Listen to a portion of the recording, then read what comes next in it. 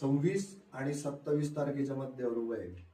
27 तारीख सुरू झाली माझ्या माहितीप्रमाणे आणि वाजले माझ्या माहितीप्रमाणे एक वाजलेला आहे. हा पहिला देश 2:15 वाजले देशभरातला पहिला पक्ष असेल.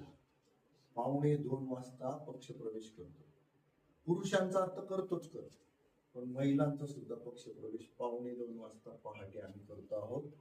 दिनांक आहे 27, महिना आहे मे आणि वर्ष आहे 2025. वाजले सकाळचे 2:15 आणि आम्ही काय करतो आहोत तर निर्भय महाराष्ट्र पार्टी या पक्षामध्ये पक्ष प्रवेश करतो आहोत. 2 महिलांचा आणि 1 पुरुषाचा. कुठे? विद्येचं माहेरघर पुणे, महाराष्ट्र. पुणे तिथे काय होणे जे म्हटलं जातं त्याची याची देही याची डोळा अनुभूती आम्ही सगळेजण घेतो आहोत. निर्भय महाराष्ट्र पार्टी स्पेशली बनली आहे भ्रष्टाचारांचा कर्दनकाळ म्हणून काम करणारी पार्टी म्हणजे निर्भय महाराष्ट्र पार्टी. आमच्याबरोबर काम करायचं तर उपाशी तापाशी त्याग करत तपश्चर्या करत काम करणं ज्याला जमतं, जो प्रामाणिक आहे, जो पारदर्शक आहे, जो देशाप्रती निष्ठा वाहून टाकलेला माणूस आहे तोच आमच्याबरोबर काम करू शकतो. म्हणूनच 2:15 वाजेपर्यंत 9 वाजता सुरू झालेली बैठक 2:15 वाजेपर्यंत चालते आणि त्या बैठकीची सांगता ही पक्ष प्रवेशाने आणि पद नियुक्त्या करत या सगळ्या बैठकीची सांगता होते. तर याचा आम्हाला आनंद आहे. मी स्वतः संस्थापक अध्यक्ष जितेंद्र भावे.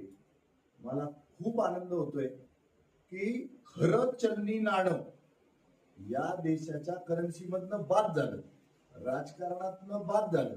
त्यामुळे सगळ्या भारतीय जनतेला खऱ्या चलनी नाण्याची खूप प्रतीक्षा होती आणि ती निर्भय महाराष्ट्र पार्टीच्या माध्यमातून ती प्रतीक्षा इथे आज संपते आणि सगळी निर्मळ मनाची प्रामाणिक पारदर्शक कारभारावर विश्वास असणारी पारदर्शक कारभार असावा असा मनोदय असणारी माणसं, त्याला कृतीची जोड देणारी माणसं इथे मिळत आहेत आणि या देशात खरंच चांगली लोक आहेत. म्हणूनच हा देश ही पृथ्वी चाललेली आहे.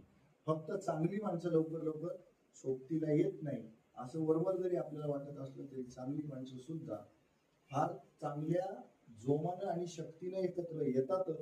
हे या पक्ष प्रवेशाच्या निमित्तानं आणि पदनियुक्तीच्या सोहळ्याच्या निमित्तानं पहाटे 2 वाजता सगळ्यांच्या निदर्शनास आणि अनुभवास येत आहे. तर याचा टाळ्यांच्या गजरात आपण सगळेजण स्वागत करूया. पहिला पक्ष प्रवेश आहे आमच्या निंबाळकर मॅडमचा.